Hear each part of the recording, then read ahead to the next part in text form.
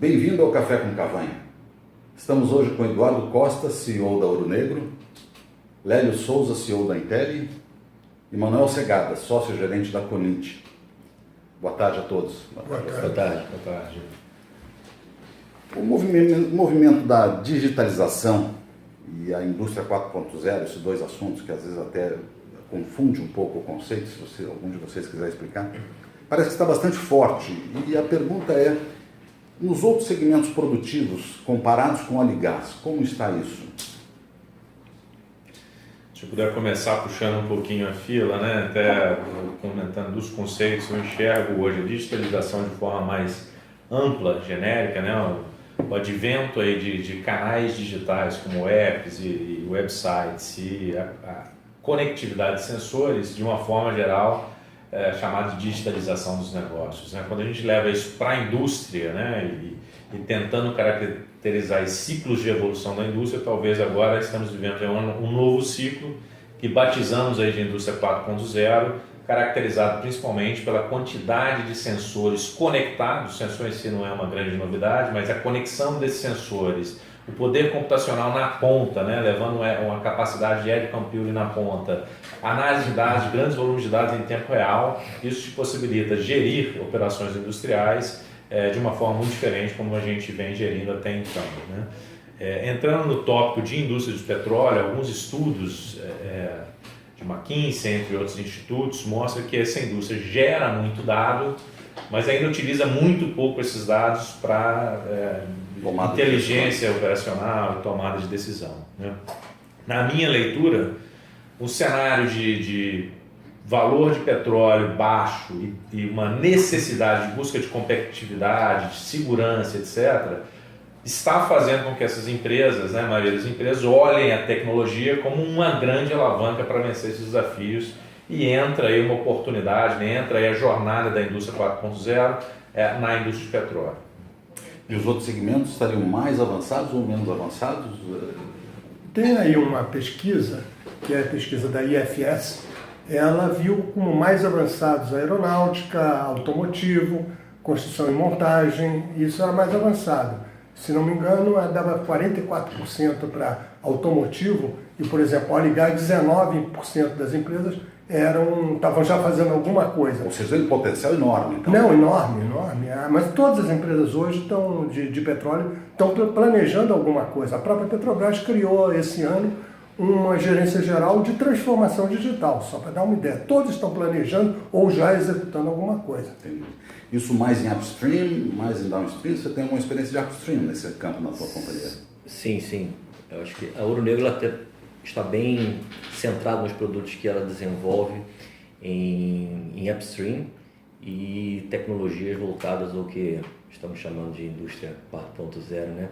Então eu vejo que, obviamente, no downstream você tem como ter um ganho otimizando os processos, mas na indústria de upstream, qualquer ganho incremental ele tem um impacto muito grande. Por exemplo, é possível, com a indústria 4.0, né, com as tecnologias e soluções que estão sendo desenvolvidas, aumentar o fator de recuperação dos campos. Quer dizer, aumentar em 1% é um impacto que você precisaria realmente ter um desenvolvimento muito profundo em downstream para poder ter esse mesmo tipo de ganho. Então é pela natureza de cada uma das... E o que seria, em função do que teria esse ganho? Aplicando o quê? O IoT? O que exatamente? Por exemplo, as próprias soluções de completação inteligente, né, que é algo que nós também trabalhamos, existe a possibilidade de você ter uma atuação de forma seletiva nos diversos reservatórios onde um poço produz, e dessa forma, através de sensores e equipamentos de atuação, você conseguir otimizar a produção dos diversos reservatórios. Isso tem impacto imediato na otimização da produção, mas ao longo prazo também você consegue aumentar o fator de recuperação desse reservatório. Mas não se limita só a isso, né? A gente fala da indústria 4.0, digitalização, sensores, analytics. Isso se aplica em EIP desde a exploração, passando pelo desenvolvimento de campos, drilling, completion e por aí adiante. Então, em todas essas áreas tem um potencial grande de aplicação. Essa questão é muito importante, quer dizer, quando a gente fala na parte da produção já, a gente está falando mais em topside, onde está o maior potencial? Topside, subsea ou poço? Eu diria que os desafios eles estão em toda a cadeia de valor de óleo e gás, né? Quando você vai para um subsea, os problemas são mais críticos, mais sensíveis, qualquer ganho de segurança ou ganho de produtividade tem uma criticidade talvez mais acentuada, né? Mas os desafios eles são infinitamente disponíveis na indústria, né? Complementando um pouco o que o Eduardo chamou a atenção, eu acho que o que a gente ganha na gestão é uma tempestividade de reação, né? e baseada em dados. Então, como a operação ela te gera muitos dados, se você tem a capacidade de analisar esses dados em tempo real, você começa a ter uma atuação na sua gestão muito mais tempestiva, muito mais rápida e completamente orientada a dados, né? Citando um exemplo prático, né? A perfuração no pré-sal, esse dado é da Petrobras, anunciado já em alguns veículos até da mídia, né? Hoje ela acontece 3 vezes mais rápido do que há 10 anos atrás. E é um custo de extração do petróleo, é o mesmo custo do óleo do Oriente Médio. O que é um feito espetacular para uma região de pré-sal que há 10, 15 anos atrás duvidava se era economicamente viável ou não, né? E o Brasil e a Petrobras provou que é, né? E muito disso pelo emprego de tecnologias que estão classificadas dentro do que a gente chama de indústria 4.0 para conseguir essa produtividade, né? Um exemplo que a gente tem muito orgulho de ter participado, por exemplo, é a predição do peso do fluido de perfuração na região do pré-sal, né? Nós ajudamos a desenvolver uma abordagem de machine learning com base em uma base de dados históricos gigantesca para você ter maior assertividade na predição, no cálculo desse fluido de perfuração. Então é um dos exemplos, tem diversos outros, né? É uma jornada, a cada dia você vai aplicando um pouquinho mais de técnicas disponíveis de tecnologia dentro da gama, do hall de tecnologias aí do que se chama de indústria 4.0 para ganhar mais produtividade, para reduzir riscos operacionais, para ganhar em segurança e etc. Eu podia ajudar a questão da manutenção, né? Quer dizer, já houve uma pesquisa da OpenText com 200 executivos de petróleo e o lugar onde eles mais queiram aplicar as diversas técnicas da indústria 4.0 é justamente na manutenção preditiva dos equipamentos. Por quê? Porque o reparo mais rápido aumenta a disponibilidade dos ativos. Você calcula quanto é 1% a mais de disponibilidade dos ativos numa plataforma, numa refinaria, isso vai gerar bilhões de dólares. Então, e essa era de longe a área que eles mais pretendiam investir.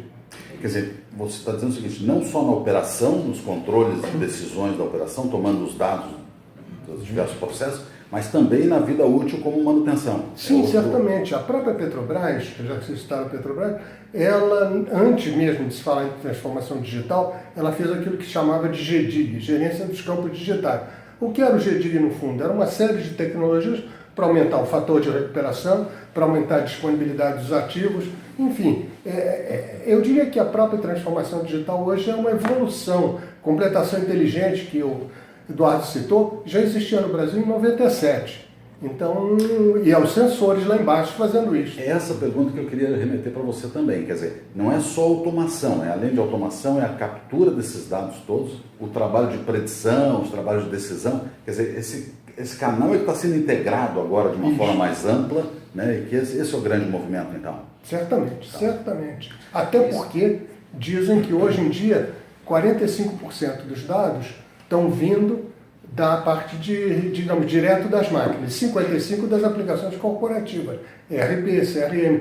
Daqui a 15 anos, 99% vão vir das máquinas. Onde tiver um elétron, vai existir uma informação. Essa é uma pergunta que eu queria remeter para vocês também, e para os três, claro.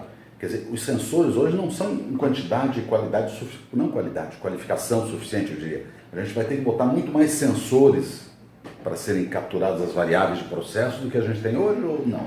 Acho que é uma evolução gradativa, né? Os sensores vão ganhando maturidade, nós vamos avançando nos estágios de uso desses sensores de dados para construir análise e tomada de decisão, e é um caminho natural. Eu acho que hoje a gente tem uma sinergia de todos esses elementos que o Segadas comentou, né? A gente tem algumas práticas já de 20 anos, como a completação inteligente. Talvez agora existe um movimento sinérgico, onde eu tenho a tecnologia, eu tenho o conhecimento, eu tenho a capacidade computacional para capturar esses dados e processar em tempo real, e técnicas de machine learning para predição de comportamento operacional. Tudo isso hoje é viável, né? E é o que a gente está colocando aqui no mesmo pacote e chamando de indústria 4.0, né? Mas a evolução, a transformação digital, eu concordo bastante com esse posicionamento, ela já vem acontecendo há alguns anos. Agora a gente experimenta um momento da curva exponencial, né? Chegou num momento da curva que o crescimento vai ser exponencial da adoção desse tipo de tecnologia. E o Brasil? Como está nisso?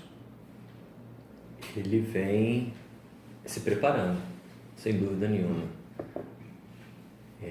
Acho que a gente falou aqui da iniciativa da Petrobras agora de criar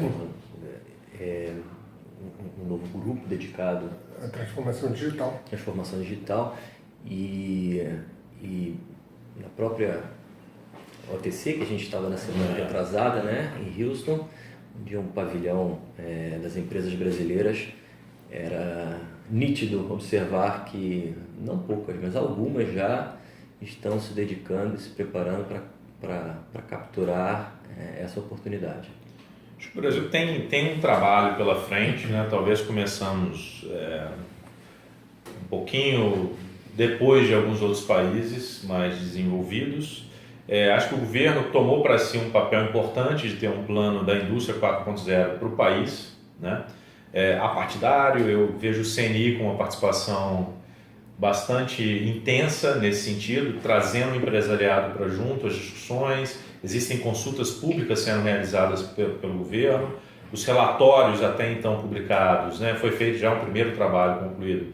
Eu tive a oportunidade de ver, tem uma qualidade extremamente interessante e adaptado, né, à realidade do país. Então o país foi lá fora, aprendeu com quem já deu passos nessa direção e está construindo um modelo para o Brasil. Tem se trabalhado crédito para esse tipo de iniciativa, né? Se não me engano, já anunciado aí em diversos canais, o país está destinando aí 8 bilhões de reais ou algo próximo a isso para iniciativas ligadas a IoT, indústria 4.0 no país. Então o país está fazendo o dever de casa. Temos desafios pela frente? Muitos, né? Eu acho que muitos, né? Eu acho que a parte de política de incentivo ela tem que funcionar muito bem, e olhando de forma partidária plurigoverno, né? Para a gente ter uma sustentabilidade do que a gente está pensando agora. E eu vejo um grande gap no país de mão de obra, né? De mão de obra qualificada para trabalhar nessa nova era de tecnologia, né? A educação tem sido um problema para o Brasil em diversos pilares, né, da segurança e etc. Eu sou um partidário que a solução para esse país nasce primordialmente em educação, e de novo nós vamos ver aqui um apagão de mão de obra. E eu queria aproveitar e, você ia fazer um comentário, por favor, faça, mas já adicionando... Eu concordo com ele, mas tem mais do que... importantíssima a mão de obra e a capacitação das pessoas, mas tem outra coisa, é a cultura das empresas, a cultura em geral. A transformação digital vai, por exemplo, levar a a rapidez maior nos processos, etc. E muitas vezes nós somos meio, como país, né? Nós somos meio burocráticos. Por exemplo, eu estive conversando com o gerente da transformação digital na Petrobras. Ele diz que as decisões de projetos vão continuar nas áreas de negócio. Não é ele quem vai tomar essas decisões ou o grupo dele, é a área de negócio.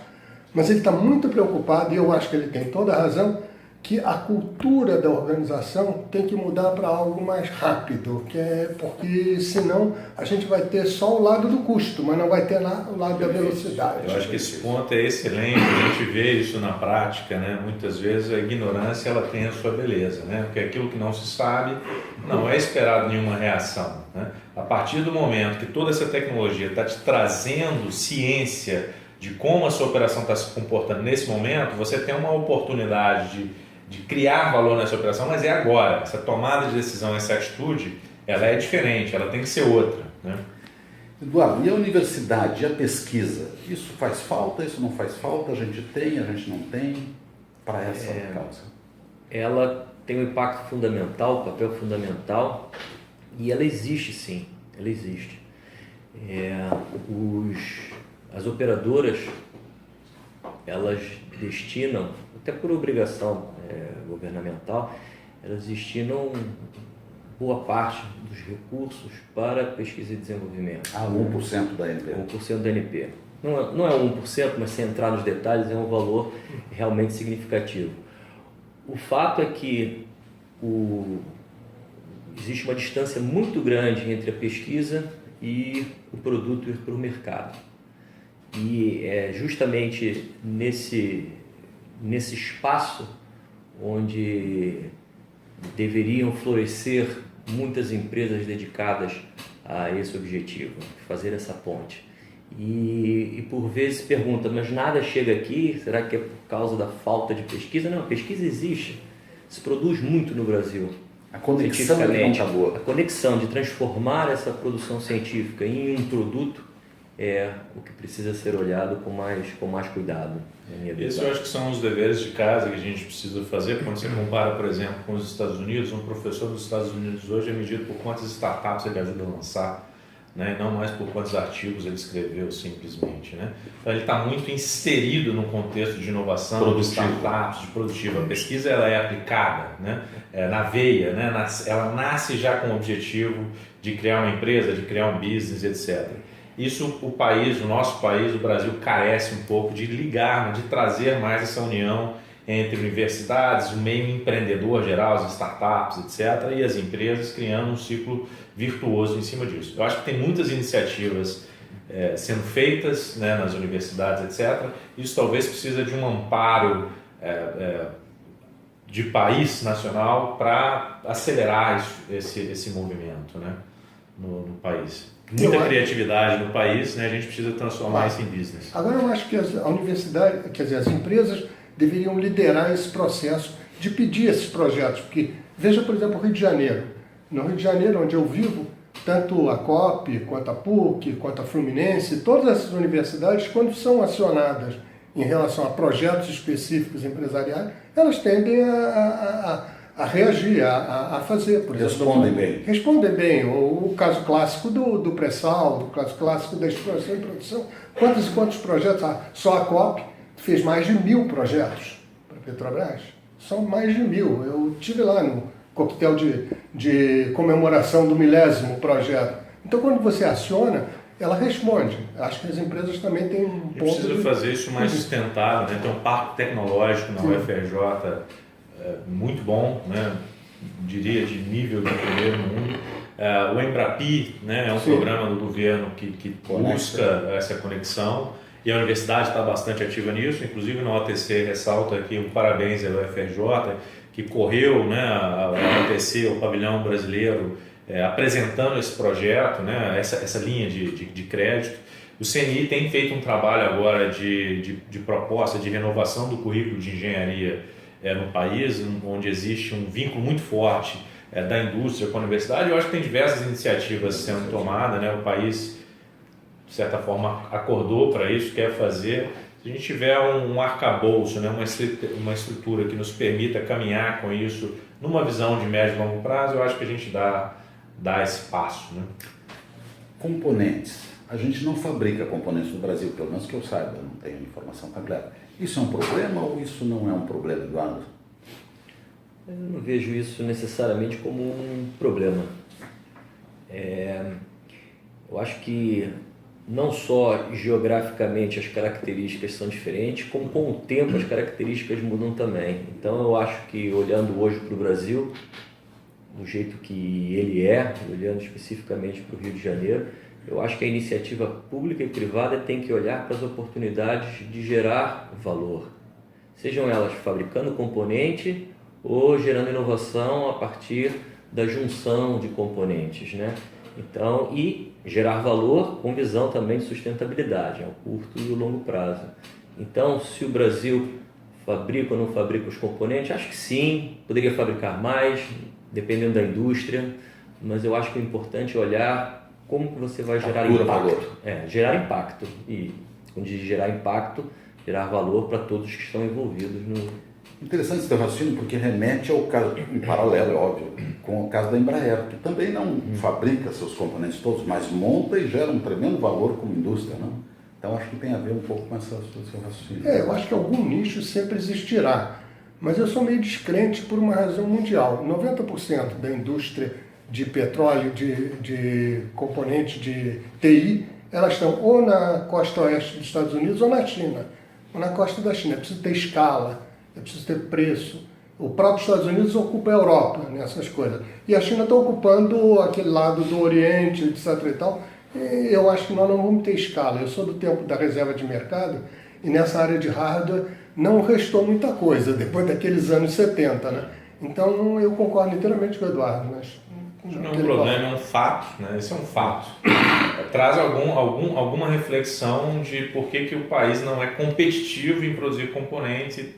E tem alguns, né, a gente conhece, carga tributária, etc., mão de obra, que eu acho que a gente pode trabalhar pensando talvez em alguns nichos, mas a gente deveria voltar muito para a solução, né? Até a própria impressão 3D, né, que é um dos elementos da indústria 4.0, vai mexer, né, com essa cadeia de produção, né? Você tem conhecimento, tem engenharia, você vai imprimir o seu produto onde você quiser, né? Então isso desloca alguns eixos de produção, né? Talvez alguns produtos não vai fazer mais sentido eu produzir lá na China para gastar com transporte para trazer para um outro país. Eu preciso ter engenheiro que eu imprimo esse produto a hora que eu quiser. Isso muda um pouco a semântica de produção. Agora, a inteligência, a solução, o desenho da solução, esse é um diferencial que a gente pode construir no país e muito focado para a realidade do nosso país, que é diferente talvez de países da Europa, que teve um grande incentivo para a renovação de máquinas. Isso não vai acontecer no Brasil, né? Nós vamos conviver com as máquinas que estão aqui na década de 70, 80, fazendo um revamp talvez desse maquinário, desses processos industriais, com novos sensores, etc., gerando as características de aplicação de tecnologia desse portfólio dos 4.0. Né? A gente tem que usar a nossa capacidade criativa e empreendedora no Brasil para trabalhar nesse contexto, criar soluções e mesmo usando componentes, né, de qualquer parte do mundo para fazer a entrega dessas soluções. Entendi. Você deu o exemplo da computação inteligente e é bastante interessante. Eu faria uma pergunta para fazer uma comparação. Se você fosse fazer em topside a implantação de uma tecnologia dessa completa no topside na impressora, quais seriam os 3 passos, quais seriam as 3 etapas para você fazer um trabalho desse? Bom, eu acho que antes de mais nada identificar, né, onde é que estão os pontos de, chamar de gargalos, né, operacionais. Eu diria tanto operacionais como também, voltando ao que nós falamos, dos equipamentos, né, da vida útil dos equipamentos, né, medição preditiva dos equipamentos, que, por sinal, um parênteses aqui, a gente falou muito dos ganhos econômicos, mas tem um impacto também socioambiental, né? Claro. Se a gente consegue ter a predição dos equipamentos, a gente, teoricamente, reduz a possibilidade de falhas e acidentes. Então, eu acho que tem essa triagem do entendimento de onde é que estão os pontos de melhoria, aplicando todas essas tecnologias de análise de dados, né? Podemos dizer assim. Acho que essa é a primeira fase. A segunda é a implantação disso. A implantação disso vai trazer melhorias pontuais nas plataformas que já estão aí, e acredito que com isso que nós vamos ter um quebra-cabeça com diversos sistemas, cada um olhando para um processo diferente de melhoria de uma plataforma.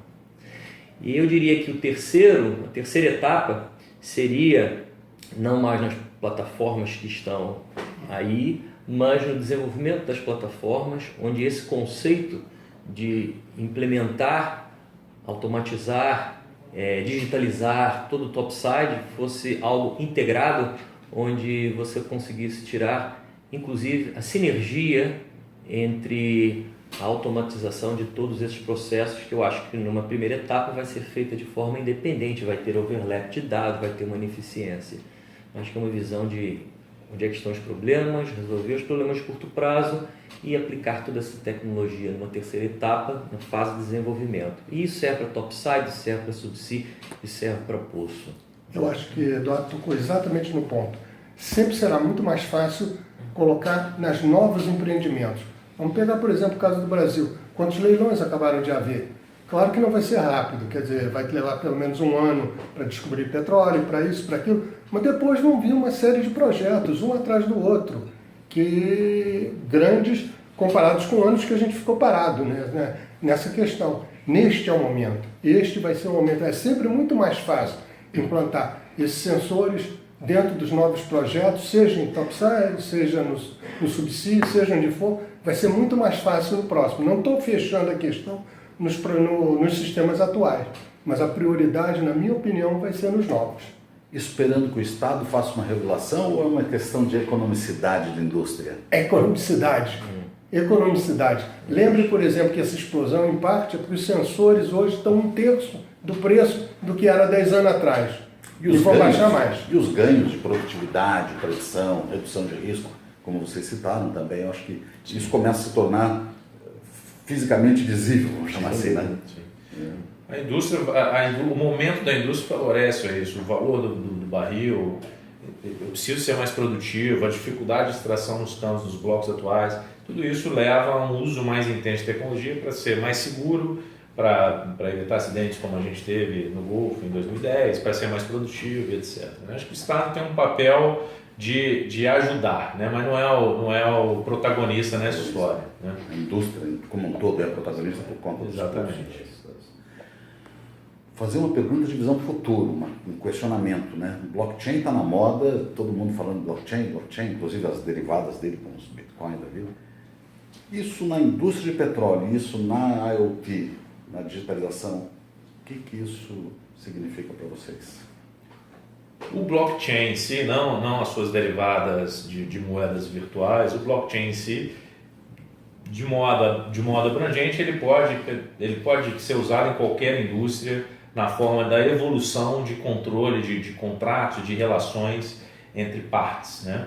Eu ainda não vejo uma aplicação imediata na indústria do petróleo, pelo menos na minha experiência, né? Mas é algo que naturalmente pode vir a ser utilizado como uma evolução natural de relação contratual entre partes envolvidas nessa cadeia de valor. Né? Sem dúvida tem avançado, principalmente o sistema financeiro, que é onde teve as aplicações iniciais, né? Mas vem se alastrando aí para outros setores para digitalizar a forma de se regular digital, né? De eletrônica, de regular a contratação entre partes, né? Relação de contratação entre partes. Né? Um pouquinho Eu vi alguma coisa no supply chain, exatamente por conta dessas interfaces, o blockchain sendo explorado fortemente em pesquisas e estudos para o supply chain. Né? É provável, porque você vê que no supply chain, hoje todos os estudos de supply chain dizem que a melhor maneira hoje em dia de melhorar a supply chain é a integração com fornecedores, com clientes, com isso todo. Então, nesta interface, justamente nessa interface, pode surgir, é claro, blockchain. Aplicações, controle de conteúdo local, por exemplo, né, onde você rastreia toda a sua cadeia de fornecimento dentro do supply chain com uma tecnologia digital. Acho que tudo isso é campo para ser utilizado. Eu acho, no entanto, que a gente tem outros low-hanging fruits aqui, né, de ganho de produtividade, de segurança na indústria. E eu vejo a indústria mais sedenta por esses ganhos, né, por esse tipo de aplicação. Vou perguntar para o Eduardo, mas eu gostaria, se vocês dois também pudessem, colocar a posição de vocês. Você está viajando para Brasília e do seu lado está um candidato a presidente da República. E vocês começam a conversar e te perguntam onde você trabalha e você diz assim, olha, eu queria aproveitar e dizer para você o que você diria para ele em termos da sua indústria, para que ele pudesse carregar isso para quando fosse presidente. Boa. Eu diria que, sem dúvida nenhuma, parte do que o Brasil ainda mais do que poderá ser, depende dessa indústria. Isso talvez seja algo muito óbvio, mas eu acho que o que aconteceu nesses últimos anos e o que está sendo pensado o que nós estamos discutindo aqui e a possibilidade de alavancar mais o potencial dessa indústria em função do que está sendo discutido aqui é algo que poderia gerar uma aceleração ao que esta indústria poderá dar ao país. Nós estamos justamente vivenciando um momento, como o Lélio falou, de crescimento exponencial de todas essas tecnologias. E eu, apesar de concordar que nós estejamos talvez um pouquinho atrás dos